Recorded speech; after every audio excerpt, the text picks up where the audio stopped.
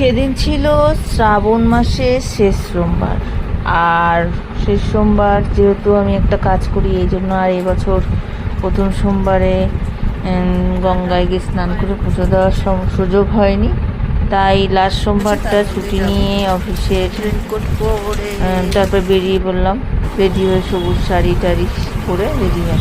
তার মধ্যেও ছিল প্রচণ্ড জোরে সকাল থেকে বৃষ্টি, কোনো সুযোগ ছিল না কিরমভাবে বেরোবো। তাও বৃষ্টি বেরিয়ে পড়লাম, চলে গেলাম গাড়ি করে, পৌঁছে গেলাম গঙ্গার ঘাটে। আমরা গিয়েছিলাম মঙ্গল পাণ্ডে ঘাটে। এই যে আমরা ঘাটে পৌঁছে গেছি মঙ্গল পাণ্ডে।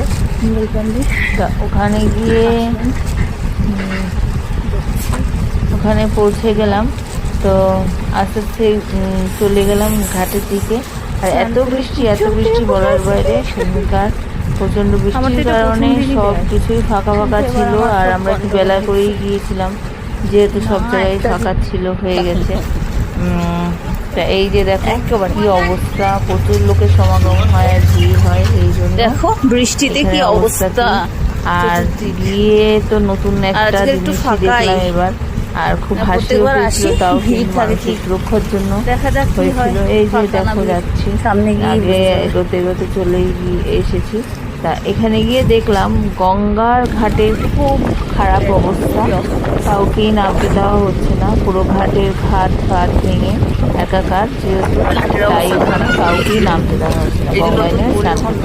ওখানে নতুন সিস্টেম করেছে যে গঙ্গার জলই শাওয়ার করে উপরে এসে করা। তা সেই দেখে তো আমি খুব হাসছিলাম, নতুন পরিবহন ব্যবস্থা। আর কি করব, স্নান করে যখন পুজো দিতেই হবে, তো ওরকমভাবেই স্নান করছি। আর পাশেও দুজন মহিলা আমার সঙ্গে সঙ্গে আমার কথা শুনে খুব হাসছিল, আমিও হাসছিলাম আর ফোনটাও হাসছিল। আর কিছু করার নেই, যাই হোক বাবার যা ইচ্ছা তাই নিয়ে স্নান করলাম, করে পুজোর জন্য রেডি হলাম জল নেওয়ার জন্য।